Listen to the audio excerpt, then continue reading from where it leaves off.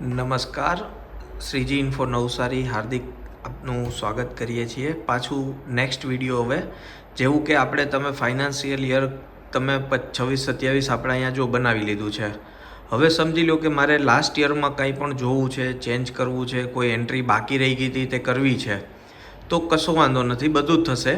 જો માસ્ટરમાં જઈને અહીંયા ચેન્જ યર પર ક્લિક કરી શકીએ, અધરવાઇઝ અહીંયા તમે ક્લિક કરી અને તમે ચેન્જ યર કરી શકો. સમજી લો કે હું અત્યારે 25-26માં જઉં છું, મારી કોઈ એન્ટ્રી બાકી હતી, તો એ એન્ટ્રી સપોઝ કે હું અહીંયા કરી દઉં છું, કોઈ પણ એન્ટ્રી કરવી હોય તે.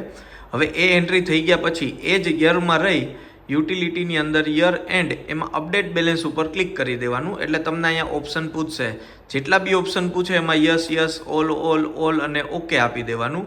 જેવું તમે ઓકેની પ્રોસેસ કરશો, સમજી લો આમાં કંઈ એવી અપડેટ ડિટેલ્સ આવે છે કે જે તમારું લાસ્ટ યરમાં અને આ યરમાં કંઈ ચેન્જીસ છે, જો એ તમારે અપડેટ આપવું હોય તો એમાં સિલેક્ટ ઓલ અને અહીંયા અપડેટ ડિટેલ્સ આપી દેવાનું. એટલે એ નવા વર્ષની અંદર ચેન્જીસ થઈ જશે ને નવા વર્ષની અંદર તમે હવે જશો તો નવા વર્ષની અંદર એનું જે કાંઈ બી તમે ઇફેક્ટ આપેલી હશે, કોઈ પાર્ટીને કોઈ એકાઉન્ટની એન્ટ્રી રહી ગઈ હોય તો એ આ વર્ષમાં એમનું ઓપનિંગમાં ઇફેક્ટ આવી જશે. લાસ્ટ યરમાં જાઓ, કોઈ પણ ચેન્જીસ કરો તો કમ્પલસરી અપડેટ બેલેન્સ આપજો, બાકી નેક્સ્ટ યરમાં એ ડાયરેક્ટ બેલેન્સ કેરી ફોરવર્ડ નહીં થાય. જ્યારે તમે સોફ્ટવેરમાં નવું વર્ષ બનાવ્યું હશે ત્યારનું બેલેન્સ જ તમારું બતાવશે ઓપનિંગ બેલેન્સની અંદર.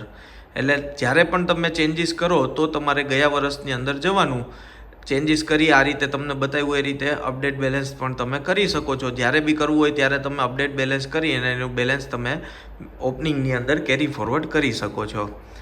ધન્યવાદ.